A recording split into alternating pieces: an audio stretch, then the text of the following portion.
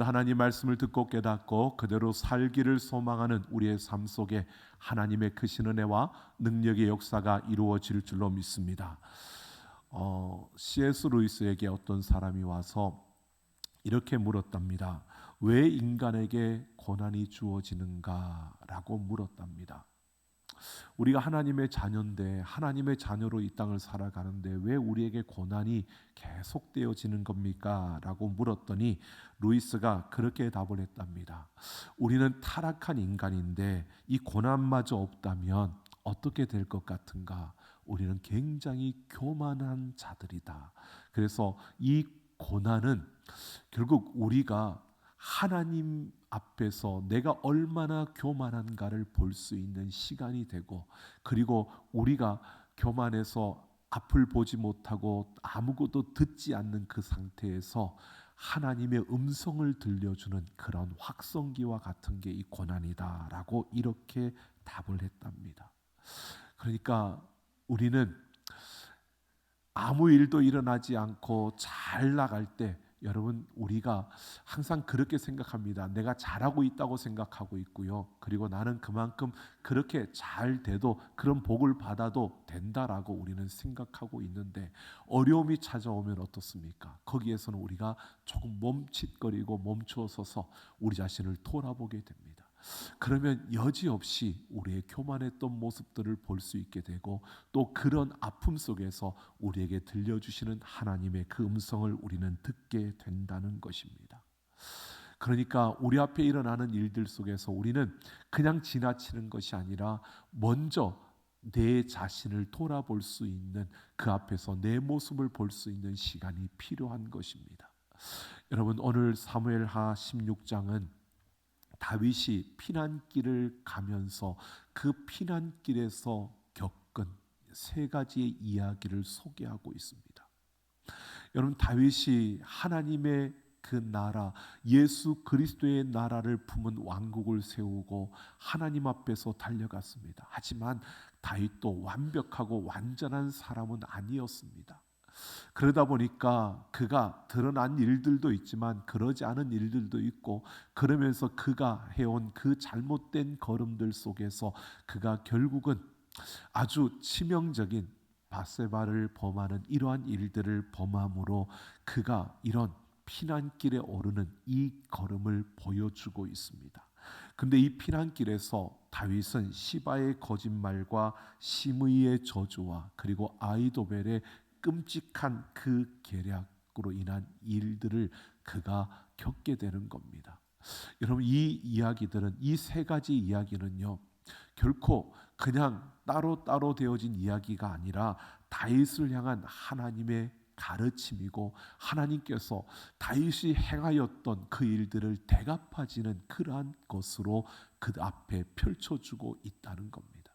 그래서 오늘 이 말씀을 우리가 함께 보면서요, 하나님께서 다윗의 인생에서 대갚아지는 이 일들을 통해서 다윗에게 무엇을 말씀하시는지를 우리가 살펴보고요, 그러면서 오늘 우리는 이것을 교훈 삼아서 이 시대를 살아갈 때 우리는 어떻게 살아가야 할 것인가를 함께 생각해 보려고 합니다.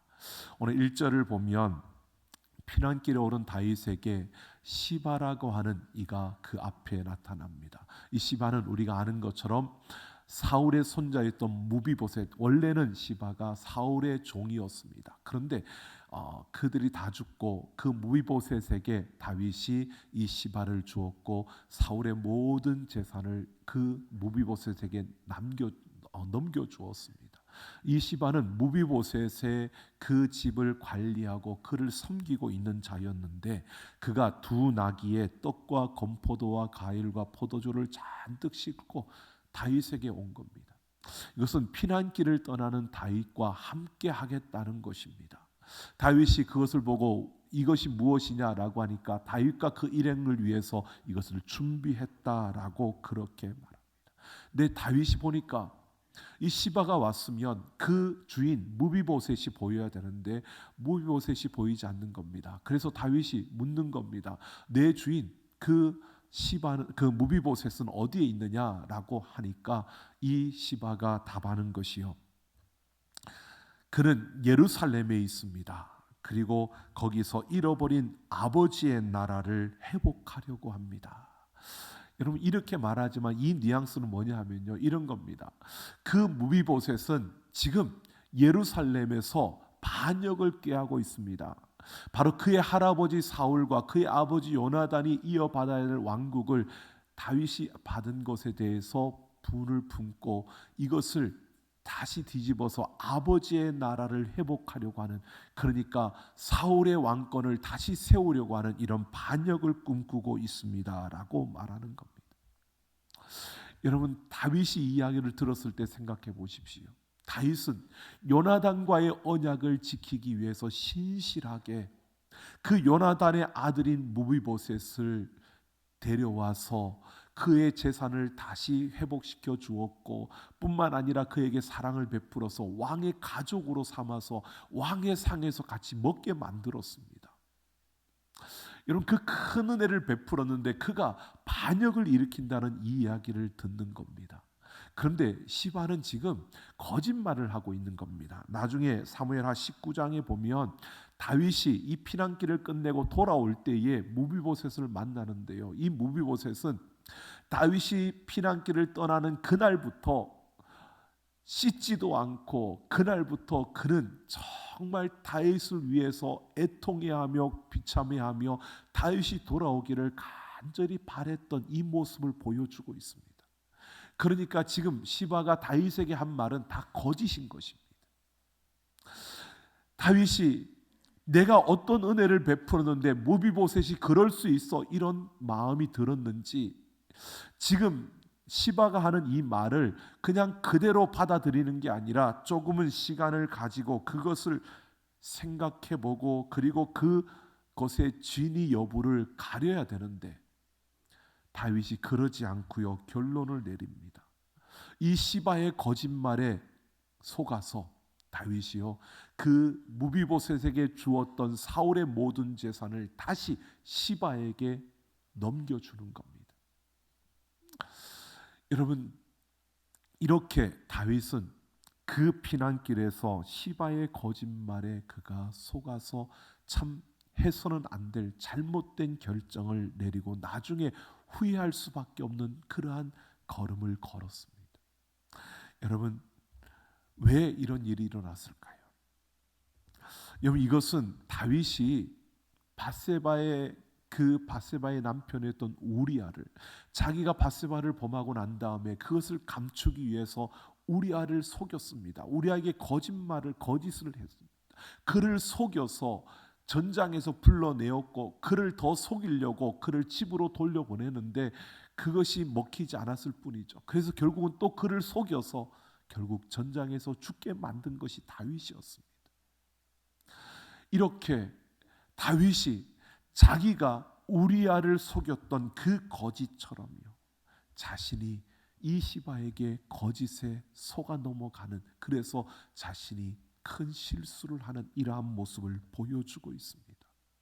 다윗은 이 거짓 앞에서 그때는 몰랐을 겁니다. 근데 돌아올 때에 이 모든 것이 거짓이라는 것을 깨달았을 때 자신이 우리아에게 거짓했던 그 거짓이 자신에게 대갚아진 것임을 분명히 볼 수밖에 없었던 그 사건이 바로 이 시바의 거짓말이었습니다. 여러분 그리고 5절을 보면 이제 다윗의 일행이요 바후림에 이르릅니다. 이 바후림에 이르렀을 때 사울의 친족이었던 시므이라는 사람이 나타나서요, 다윗과 그 일행을 향하여 돌을 던지면서 그렇게 저주합니다. 피 흘린 자여, 사악한 자여, 사울의 족속의 모든 피를 너에게 돌릴 것이다 라고 저주를 합니다. 그러니까 다윗에게 이런 저주를 하는데 여러분 생각해 보십시오.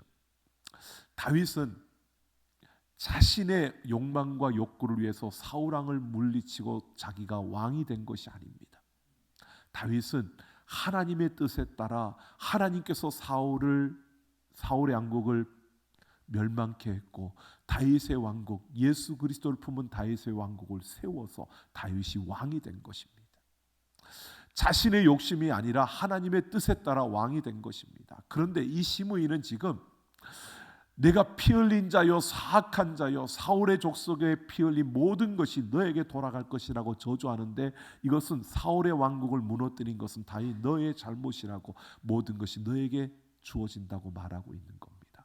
그러니까 이것은 시므이 자신의 개인적인 판단이고 개인적인 그러한 감정에서 나오는 그러한 저주입니다.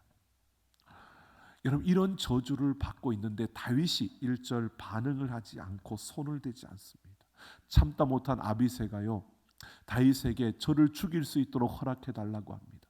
여러분, 그럴 수 있었습니다. 왜냐하면 출애굽기에 보면 왕을 저주하는 자는 반드시 죽어야 한다고, 죽이라고 말하고 있습니다. 그러니까 왕을 저주하는 저를 가만히 둘 수 없고 죽이겠다는 겁니다. 그런데 다윗이 오늘 말하는 것이요, 내버려 두라는 겁니다. 바로 내 피부친 아들도 나를 이렇게 아프게 하는데 내 몸에서 난 아들도 내 생명을 헤아려 하거든 하물며 이 베냐민 사람이라 라고 이렇게 오늘 말하고 있습니다. 하나님께서 그에게 명령하신 것이 아니겠느냐. 그러니까 이 비난을 받는 것, 이 저주를 받는 것, 이것은 그냥 주어진 게 아니라 하나님께서 내게 하신 것이다 라고 하는 겁니다. 다윗이 이렇게 받아들이고 있습니다. 이 시므이의 저주는 정당한 것이 아닙니다. 바른 것이 아니었습니다. 그런데 다윗이 이걸 수용하고 있습니다. 그런데 여러분 보셔야 됩니다. 여기서 중요한 것은요, 시므이의 이 저주라기보다는 이 저주가 행해지고 있는 그 곳입니다. 이 바후림이라는 이 지명입니다. 여러분, 이 바후림이라는 것은 어떤 곳이냐면 베냐민 지파의 땅으로서 사울의 옛 고향입니다. 그런데 여러분, 이곳에서 다윗이 어떤 일이 있었느냐라고 하면, 여러분 사무엘하 3장에 보면 다윗이 헤브론의 왕으로 있을 때 사울의 아들 이스보셋이 이스라엘의 왕으로서 아브넬의 힘을 얻어서 그 이스라엘 왕이 되었고요. 아브넬은 이 이스보셋을 앞세워서 권력을 잡고 있었습니다. 그런데 이스보셋과 아브넬이 둘 사이에 다툼이 시작됩니다. 그때 아브넬이요 다윗에게 와서 제안을 합니다. 거래를 시도하는 겁니다. 자기를 도와달라고 거래를 시도하는데, 내가 그러면 이 이스라엘의 나라를 다윗에게 넘기겠다고 거래를 시도할 때 다윗이 뭐라고 하느냐면요, 미갈을 데려오라고 합니다. 여러분, 상황이 이렇게 된 겁니다. 다윗이 사울의 딸 미갈을 아내로 삼았었는데 그가 중간에 이 미갈을 버렸습니다. 이 미갈을 버렸는데 이 미갈이 다른 곳에 시집을 간 겁니다. 그래서 한 가정을 이루고 잘 살고 있었는데, 지금 다윗의 후기 이때가 됐을 때 이스라엘 왕이 되는 그 시점에 다윗이 뭐라고 하느냐 하면 그 미갈을 달라고 하는데 아브넬에게 이렇게 말합니다. 내 처. 이거는 내 처라고 하는 것은요, 어떤 의미냐면 히브리어로 나의 소유, 우리가 말하면 재산과 같은 것으로 내 소유, 내가 가진 내 것, 바로 그 미갈을 달라고 그렇게 이야기하는 겁니다. 미갈은 이미 다른 남자에게로 시집 갔는데 그들의 법에 의해서 갈 수 있어서 그렇게 갔는데 그것을 내 것이라고 주장을 하는 겁니다. 여러분, 그렇게 해서 미갈을 아브넬이 다윗에게 줍니다. 근데 그때 결혼해 있었기 때문에 남편이 있었는데 그 남편이요 자기의 아내를 데려가는 것을 참지 못하고 울면서 이 바후림에까지 따라와서 울면서 그 미갈을 돌려달라고 애걸했던 그러한 장면이 사무엘하 3장에 나옵니다. 여러분, 그렇게 다윗은 무도한, 정말 그렇게 해서는 안 되는 그러한 일을 했던 곳이 바로 이 바후림이었습니다. 그러니까 하나님은 지금 이 시므이의 저주를 통해서요 바로 다윗에게 이렇게 말하고 있는 겁니다. 정말 새 가정을 이루어서 행복하게 살고 있는 그를 너의 것이라고 빼앗아 오므로 그 한 사람의 눈에 눈물을 흘리게 했던 다윗, 바로 그 땅에서 그가 어떤 잘못이 아닌데 그 잘못한 것 아닌 그에게 눈물을 흘리게 했던 다윗에게 지금 이 시므이의 저주를 그대로 받게 해서 바로 그가 무도한 저주이지만 잘못된 것이지만 그것을 통해서 다윗의 가슴이 찢어지도록 아프게 하는 이러한 아픔을 지금 다윗에게 안겨주고 있는 겁니다. 자신이 했던 그것에 대한 대갚아지는 그러한 장면이 지금 다윗에게 그대로 이루어지고 있는 겁니다. 여러분 또 보십시오. 20절을 보면요, 압살롬이 이제 헤브론에서 선포하고 예루살렘으로 입성을 합니다. 예루살렘으로 입성을 했는데 예루살렘에 입성하면서 압살롬이 이제는 왕으로서 예루살렘을 점령한 것입니다. 그때 압살롬이 바로 아히도벨에게 말합니다. 내가 무엇을 해야 되냐? 첫 번째 계략을 내라는 것입니다. 어떤 일을 해야 되느냐라고 그 계략을 묻자 아히도벨은 압살롬에게요, 다윗의 후궁들과 동침을 하라고 말합니다. 여러분, 이게 이런 겁니다. 그 당시에 고대 근동 시대에 다른 나라들의 그 다른 민족들이 정복을 했을 때, 다른 나라를 정복했을 때에 정복한 후에 적장의 아내를 겁탈하는 겁니다. 그래서 그 겁탈을 함으로 인해서 사람들에게 말하는 겁니다. 그 적장의 모든 권력을 나에게 이양되는, 내가 가지게 되었다는 것을 나타내는 표시가 적장의 아내를 겁탈하는 겁니다.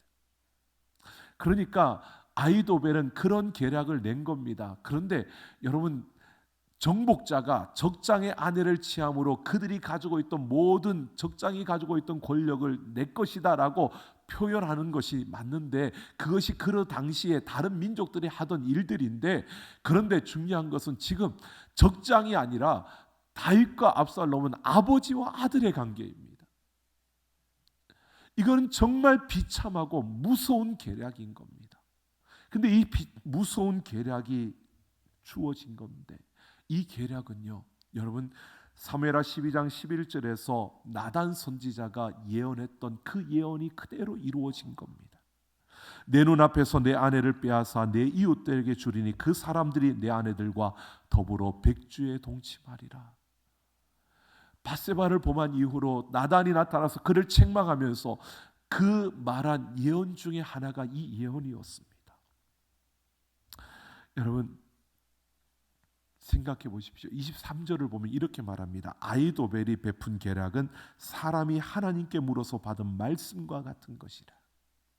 아히도벨은 굉장히 탁월한 전략가였고 지략가였다는 겁니다. 그가 하는 것은 사람이 하나님께서 받아서 한 것처럼 그만큼 뛰어난 지혜였고 그만큼 뛰어난 전략이 그에게서 나왔다는 겁니다. 여러분, 이 아히도벨은 원래 다윗의 부하였습니다. 다윗 밑에서 일을 했던 자입니다. 그런데 왜 그가 다윗을 배반하고 압살롬의 편에 서서, 그것도 다윗을 너무 끔찍하게 무섭게 무너뜨리는 그러한 이 전략을 내세우고 있을까요? 여러분, 우리가 보면 정말 놀라운 것이요, 사무엘하 11장 3절을 보면 밧세바는 엘리암의 딸이라고 소개합니다. 그런데 사무엘하 23장 34절을 보면 이 엘리암이 아히도벨의 아들입니다. 이렇게 말하니까 안 놀라는 거 보니까 별로 계산이 안 되죠. 자, 이런 말입니다. 아히도벨의 아들이 엘리암입니다. 엘리암의 딸이 밧세바입니다. 다윗이 범한 그 밧세바가 아히도벨의 손녀입니다. 지금 아히도벨이 이렇게 하는 것은요, 이런 의미가 있는 겁니다. 아히도벨은 다윗의 밑에서 정말 뛰어난 전략가였는데 이 다윗이 밧세바를 범하는 이 일로 인하여 자기 손녀의 가정이 깨뜨려지고 그 아픔이 주어진 겁니다. 그러니까 이 아히도벨은 그로 인하여서 다윗에 대해서 마음이, 이제는 복수하고자 하는 그 마음이 그에게 있었던 겁니다. 그래서 이 끔찍하고 무서운 계략을 지금 압살롬에게 내어놓아서 압살롬을 통해서 다윗을 무너뜨리는 그 집안을, 여러분 다윗만 무너지는 게 아니고요, 압살롬도 지금 끔찍한 일을 하게 되는 겁니다. 그러니까 다윗과 그 아들 압살롬, 그 부자를 모두를 지금 그 죄악의 구렁텅이에 밀어넣고 있는 겁니다. 여러분, 이렇게 하나님은 아히도벨과 압살롬이라는 수단을 통해서요, 다윗이 그 밧세바를 보았던 그 옥상, 그 왕궁의 옥상에서 그곳에 천막을 치게 하고 백주대낮에 그 후궁들이 그 아들에 의해서 그렇게 겁탈을 당하는 이런 끔찍한 일을 행하게 한 겁니다. 다윗이 자기가 저질렀던 그 범죄를 대갚아 주고 있는 이 모습을 보여주고 있습니다. 여러분, 이 세 가지 사건을 보십시오. 왜 하나님께서 대갚아 주고 있을까요? 다윗을 무너뜨리려고요? 다윗을 정죄하려고요? 아니요. 지금 하나님께서 자신의 그 죄악과 자신의 잘못된 그 일들 앞에 다윗을 세우고 있는 겁니다. 왜? 회복시키기 위해서. 하나님은 지금 다윗을 치료하고 그 다윗의 잘못된 걸음을 돌이켜서 그를 회복시키기 위해서 지금 이 일들을 그 앞에 펼쳐가고 있는 겁니다. 여러분, 우리 하나님은 사랑의 하나님이실 뿐만 아니라 공의의 하나님이신 줄로 믿습니다. 그러기에 우리를 사랑하시는데 하나님은 법대로 그 공의로움으로 우리 앞에 행하시는 겁니다. 근데 그 공의가 그냥 우리를 망가뜨리고 우리를 정죄하고 우리를 무너뜨리고 넌 죄인이야 이렇게 우리에게 말하고 있지만, 그 공의는 그냥 공의가 아니라 사랑의 공의입니다. 그래서 죄인된 그 자리에서 돌이키고 돌아서게 해서 다시 일어설 수 있고 다시 회복시키고 다시 세워주는 역사가 하나님의 역사라는 겁니다. 지금 다윗은 끔찍한 이 피난길에서 끔찍하고 무서운 일들을 겪고 있지만, 이것은 결코 다윗을 무너뜨리고 다윗은 너는 죄인이야, 너는 할 수 없어, 너는 안 돼, 너는 멸망이야 이걸 말하는 게 아니고요, 너는 하나님의 은혜가 필요한 자고 은혜 없이는 살 수 없는 죄인이고, 그러니까 네가 행하였던 그 죄악된 그 길에서 돌이키고 이제 하나님의 은혜 안에서 내가 다시 회복하며 일어서라고 하나님이 그를 이끌어가고 있다는 사실입니다. 여러분, 오늘 우리는 분명히 보아야 합니다. 우리에게 힘든 일이 주어지고 아픈 일이 주어지고 우리가 생각지 못했던 일들이 주어질 때요, 우리 자신을 돌아봐야 합니다. 분명히 우리의 교만해짐과 우리의 악함들이 보여질 수 있습니다. 그 안에 우리가 생각지 못했던 그러한 일들이 분명히 숨겨져 있을 겁니다. 여러분, 그 앞에서 왜 나에게 이런 힘든 일이라고 생각하지 마시고요, 하나님이 나를 일으키시려고 하는구나, 내가 하나님의 은혜가 필요한 죄인임을 인정하고 그 하나님 앞에서 도움을 구하십시오. 그리고 그 하나님의 은혜 안에서 내가 다시 회복되어지고 다시 세워지는 그 역사를 우리가 경험할 수 있는 그 자리에서는 우리 모두가 되기를 예수님의 이름으로 축원합니다. 하나님은 우리를 치료하시고 우리를 회복시켜 주셔서 하나님의 놀라운 그 은혜 가운데 세워지기를 하나님은 기대하고 원하신다는 사실입니다. 요한복음 21장을 보면요, 제자들이 그 갈릴리 바닷가에서 고기를 잡고 있을 때 예수님이, 부활하신 예수님이 그들에게 오셨습니다. 그 해안가에 서셨는데 제자들이 고기를 잡다가 돌아오는 가운데 보았습니다. 그때 그 순간에 요한이 주님인 줄 알고 주님이시다라고 외치니까 베드로가 그 배에서 물로 뛰어내려서 주님께로 달려갑니다. 그때 배와 그 거리가 한 50칸쯤 되었다 성경은 말합니다. 그것은 요즘 거리로 말하면 90m 정도가 된 겁니다. 베드로가 물에 뛰어서 90m를 달려 주님께로 달려갔습니다. 그만큼 주님을 사랑했고 그만큼 주님을 원했고 주님과 정말 기쁨으로 그는 주님 앞에 달려갔습니다. 그런데 그 주님 앞에 가는 그 순간에 이 베드로가요 멈칫 설 수밖에 없었습니다. 왜? 그 주님 계신 옆에 숯불이 있었습니다. 여러분, 이 숯불은요 히브리어로 그냥 조그만 이런 숯불이 아니라 이 베드로가 대제사장의 그 뜰에서 예수님을 3번 부인할 때 있었던 그 숯불과 똑같은 단어를 쓰고 있습니다. 여러분, 그러니까 이 베드로는 이 숯불을 보는 순간 멈칫할 수밖에 없었던 것이요. 내가 그 숯불 앞에서 예수님을 3번이나 모른다고 부인했는데 부활하신 주님을 보니까 너무 반갑긴 한데 뛰어왔는데 보니까 그 숯불 앞에 그는 멈칫할 수밖에 없었습니다. 내가 그 주님을 부인했던 자니까요. 여러분, 제자들이 다 오고 그들에게 먹을 것을 나눠주고요. 예수님이 베드로에게 묻잖아요. 내가 이 사람들보다 나를 더 사랑하느냐? 베드로에게 3번을 묻는 겁니다. 베드로가 3번 부인했는데 예수님이 3번이나 물으시는 겁니다. 이 사람들보다 나를 더 사랑하느냐?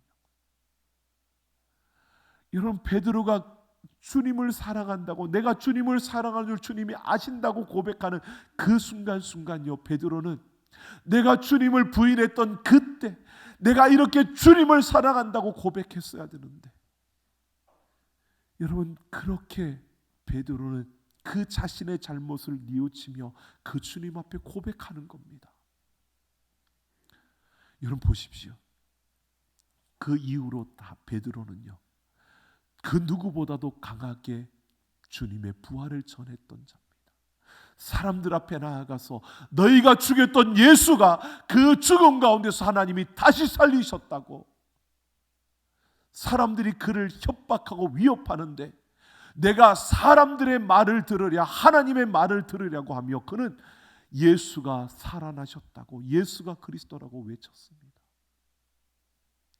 여러분, 하나님은 베드로를 정죄하려고, 예수님께서 베드로에게 너 나를 이렇게 3번 부인했지, 너는 안 돼, 너는 나를 사랑할 자격 없어, 너는 멸망한, 너는 실패한 인생이야, 이것 말하려고 그에게 찾아간 것이 아닙니다.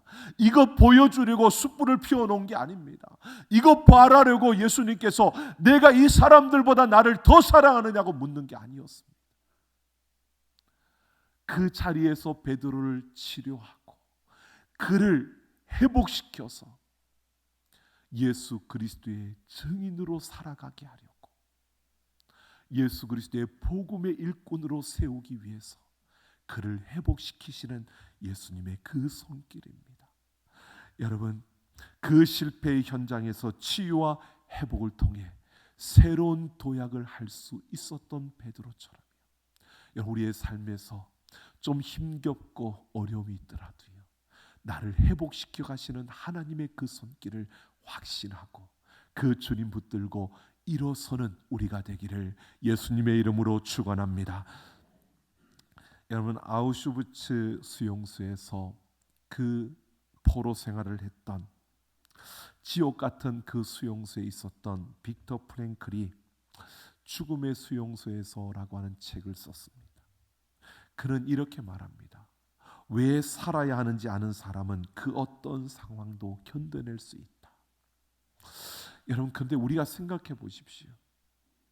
고난이 찾아오고 아픔이 주어질 때요, 내가 살아야 할 이유, 이것을 가지고 있는 사람들은 고난을 이겨낼 수 있다는 겁니다. 근데 한편으로 이런 겁니다. 고난과 아픔이 주어질 때 여러분, 그 아픔 속에서 내 자신을 돌아보며 하나님이 나를 정죄하고 나를 실패하게, 나를 멸망시키려는 것이 아니라 여기에서 내 잘못된 모습을 바꿔주고 나를 다시 일으키기를 원하시는 그 하나님을 내가 신뢰한다면, 이 고통을 통해서 하나님은 내가 지금은 볼 수 없지만 나를 더 아름답게, 더 위대하게 만들 것이라는 이 믿음을 가지고 그 아픔을 딛고 우리가 일어선다면 우리의 삶의 참된 의미와 가치를 우리는 가질 수 있게 된다는 것입니다. 여러분, C.S. 루이스가 그렇게 말했습니다. 과거로